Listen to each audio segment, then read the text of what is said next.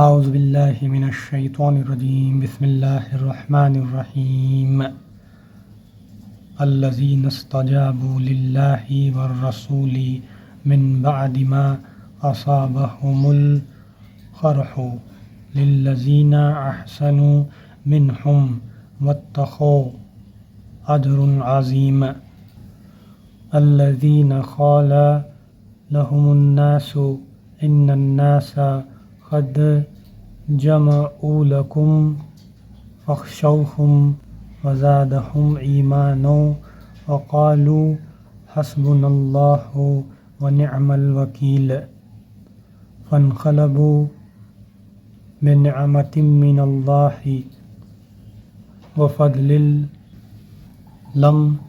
يمسسهم سوء واتبعوا رضوان الله والله ذو فضل عظیم انما ذلكم الشیطان یخوف اولیاءه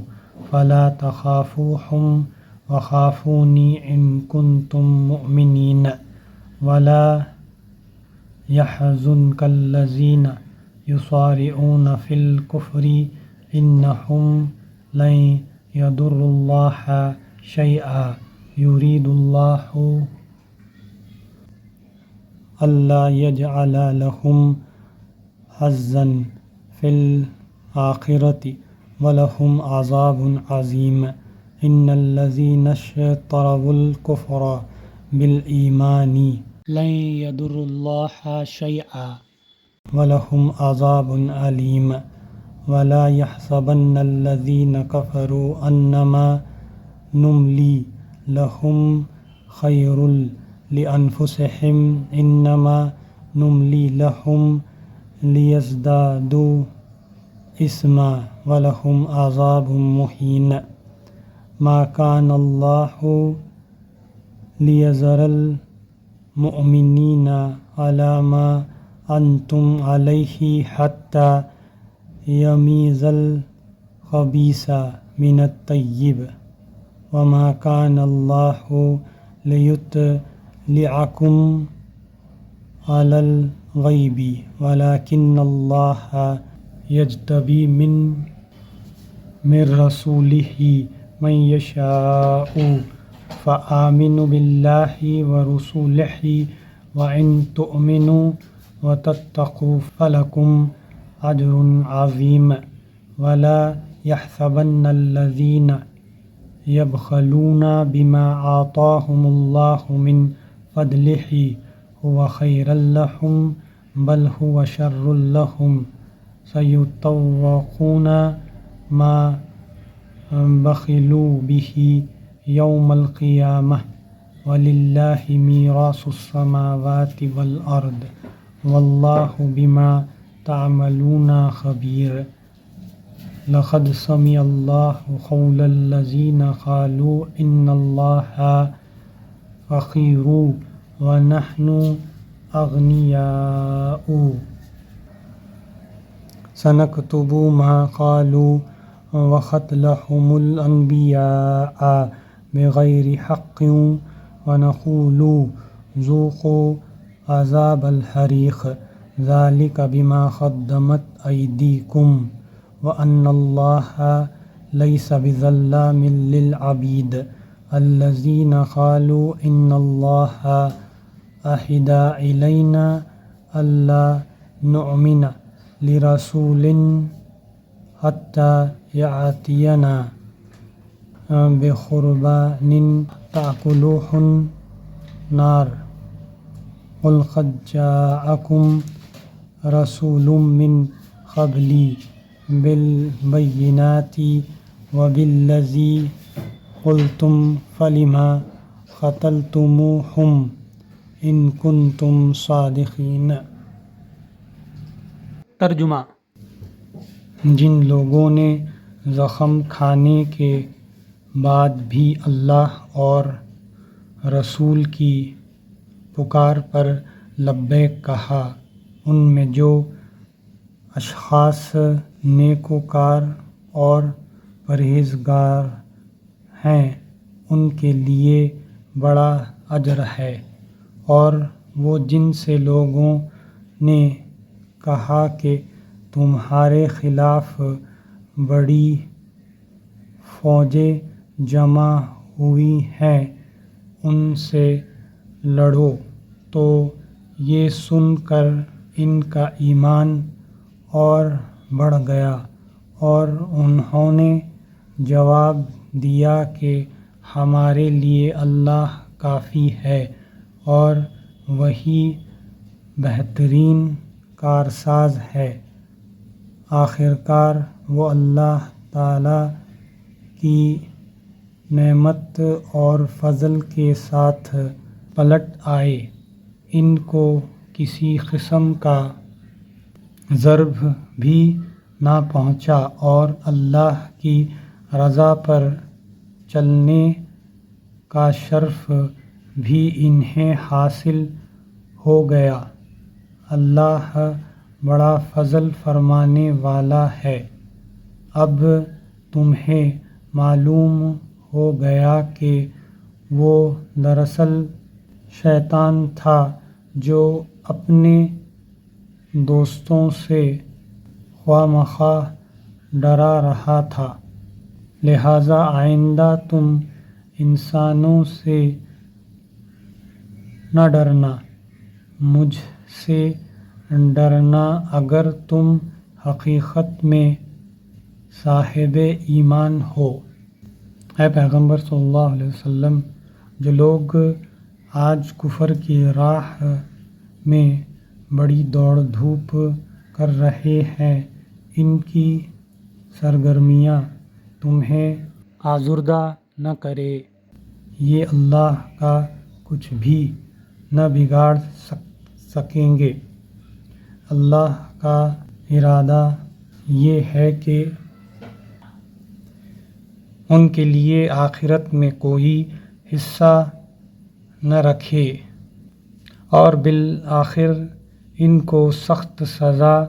ملنے والی ہے۔ جو لوگ ایمان کو چھوڑ کر کفر کے خریدار بنے ہیں، وہ یقیناً اللہ کا کوئی نقصان نہیں کر رہے ہیں۔ ان کے لیے دردناک عذاب تیار ہے۔ یہ ڈھیل جو ہم انہیں دیے جاتے ہیں، اس کو یہ کافر اپنے حق میں بہتری نہ سمجھیں۔ ہم تو انہیں اس لیے ڈھیل دے رہے ہیں کہ یہ خوب بار گناہ سمیٹ لیں، پھر ان کے لیے سخت ذلیل کرنے والی سزا ہے۔ اللہ مومنوں کو اس حالت میں ہرگز نہ رہنے دے گا جس میں تم اس وقت پائے جاتے ہو۔ وہ پاک لوگوں کو ناپاک لوگوں سے الگ کر کے رہے گا، مگر اللہ کا یہ طریقہ نہیں ہے کہ تم کو غیب پر مطلع کر دے۔ غیب کی باتیں بتانے کے لیے تو وہ اپنے رسولوں میں سے جس کو چاہتا ہے منتخب کر لیتا ہے،